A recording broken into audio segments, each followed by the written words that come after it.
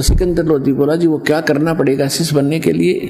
आपने ये करना पड़ेगा, मांस नहीं खाना होगा, छूना भी नहीं होगा, और किसी को सजा गलत नहीं देगा, न्याय करेगा, किसी को सताएगा नहीं। तो उसने कहा जी ठीक है, मांस नहीं खाऊंगा, और तेरे राज्य में कोई भी जीव हिंसा ना हो। तो यहां वो व्यवस्था जाहिर करता है कि भगवान आप तो जानी जान हैं, मैं मांस नहीं खाऊंगा, लेकिन जीव हिंसा का प्रतिबंध मैं लगा नहीं पाऊंगा, क्योंकि ये मुसलमान समाज बहुत ज़्यादा है, आप भी जानी जान हो। तो परमात्मा ने ये कंडीशन लूज कर दी कि ठीक है, तू मांस नहीं खाएगा और कोई बुराई नहीं करेगा, बीड़ी शराब तम्बाकू हुक्का भी प्रयोग नहीं करेगा। मुसलमान हुक्का बड़ी चाव से पीते हैं, वैसे सारे पीने लगे, तो उस समय वो पीते थे, तो उसने कहा कि नहीं, वो सब मान नहीं सकते, और परमात्मा को अपना शिष्य बनाया।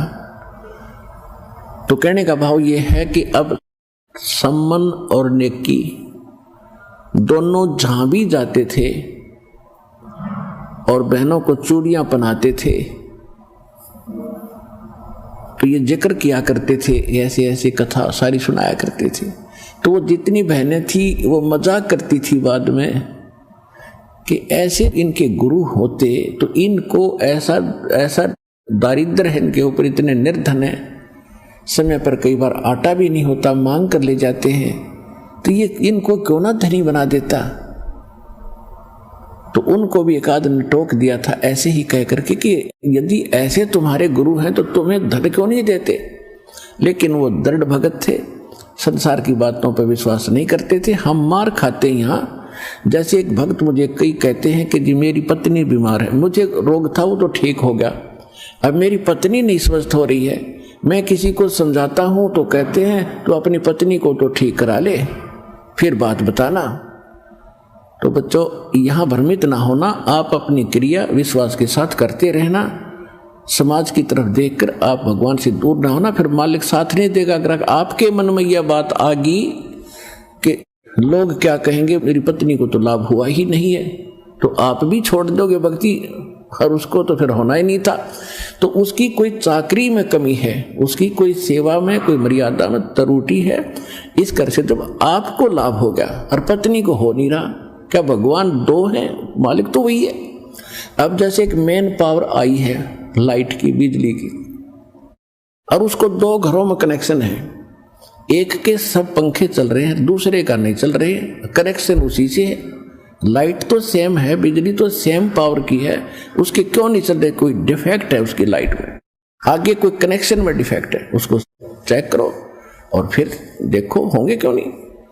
तो इस प्रकार वो दृढ़ थे कि इनको कहने दे, हमने तो भगवान की वाणी पर विश्वास है। कबीरा सब जग निर्धना और धनवंता ना कोई, और धनवंता सो जानिए जिस पर राम नाम धन होए।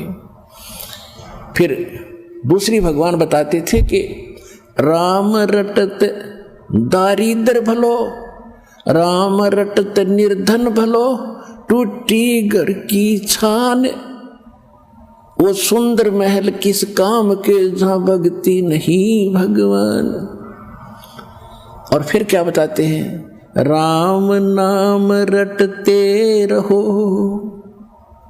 राम नाम रटते रहो, जब तक घट में प्राण, और कभू तो दीन दयाल के बनक पड़ेगी कान।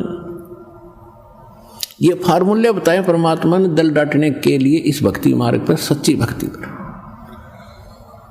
इनको अपना कर, इनको अप्लाई करके तब आगे बढ़ना आप सफल होगे। तो उनको ये था कि कदे तो दीन दयाल के भनक पड़ेगी कान, क्या उससे छुपा है जब हम उसके हो चुके हैं। तो भगवान से क्या छुपा है, क्या उनको पता नहीं हमारी निर्धनता और हमारे दुखों का? लेकिन हमें जो धन मिल गया है वो किसी के पास नहीं है, उनको इतना विश्वास था।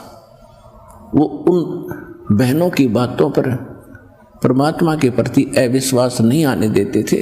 तो इसलिए कहा कि सत न छोड़े सूरमा, और सत छोड़े पत जा, और सत के बांधे लक्ष्मी फिर मिल गया।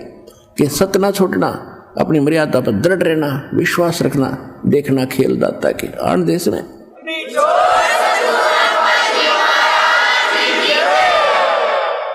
तो क्या हुआ, वो कथाएं सुनाते थे। वो लड़का जो सेऊ था वो भी अपने साथी बच्चों में खेलता था, वहाँ भी भगवान की कथाएं सुनाता था कि हमारे गुरुजी ऐसे हैं, हमारे गुरुजी ऐसे हैं।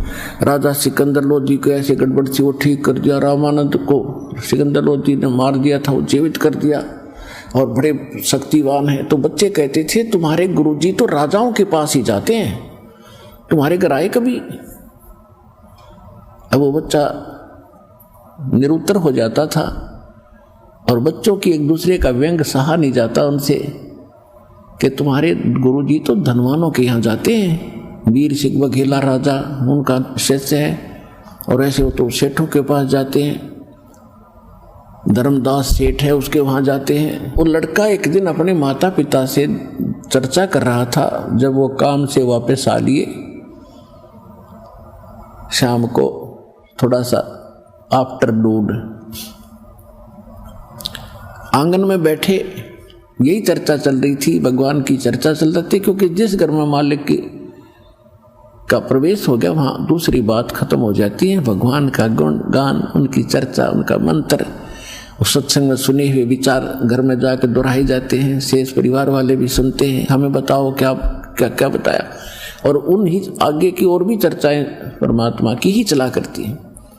तो उस बच्चे ने कहा कि माता पिता, बच्चे मुझे ऐसे ऐसे कहते हैं कि आपके गुरुजी तो राजा लोगों के और सेठों के यहाँ जाते हैं, तुम गरीबों के कभी आए हैं? तो सेव कह रहा था कि अपने घर कब आएंगे गुरुदेव? तो नेकी बहुत बुद्धिमान थी, कहने लगी बेटा देखो भगवान अपने से दूर थोड़े ही हैं, उनके लाखों शिष्य, बताओ किस किस के घर जाएंगे? उन्होंने ज्ञान दिया, आशीर्वाद दे दिया, हमारे साथ हैं पल पल में। कि वो तो बात ठीक है माता जी, लेकिन बच्चे मुझे मजाक करते हैं कि तुम्हारे गुरु जो राजाओं के यहाँ जाते हैं, तुम्हारे घर आए हैं कभी? एक बार अपने गुरु जी आ जाए तो मैं उनका मुंह बंद कर दूं। तो माता पिता कहने लगे बेटा ऐसी हीन भावना मत ला, और तेरी भगवान पर अविश्वास हो जाएगा, उनकी बातों में मत जा, परमात्मा हमारे साथ है, दूर थोड़ा ही है।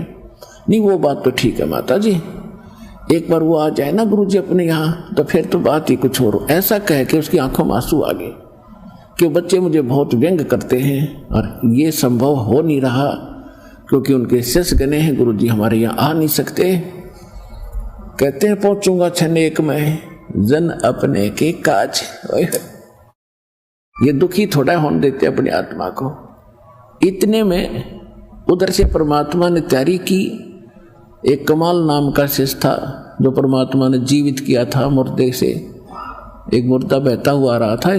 शेख तकी नाम का एक सिकंदर लोधी का धार्मिक गुरु था, मुसलमान। वो बहुत ईर्षा करने लग गया था परमात्मा से, जिस कारण से उसने एक कंडीशन रख दी थी कि कोई मुर्दा मेरे सामने जीवित करके कबीर साहब दिखावें तो मैं मानूं कि ये कोई अल्लाह का पैगंबर अवतार है, अन्यथा मैं नहीं मानूंगा, और मुसलमान धर्म के लोगों को भड़का दूंगा और सिकंदर तेरे विरोधी कर दूंगा मैं, क्योंकि वो धार्मिक गुरु था सिकंदर लोधी का, और पूरे मुसलमान समाज पर उसका होल्ड था।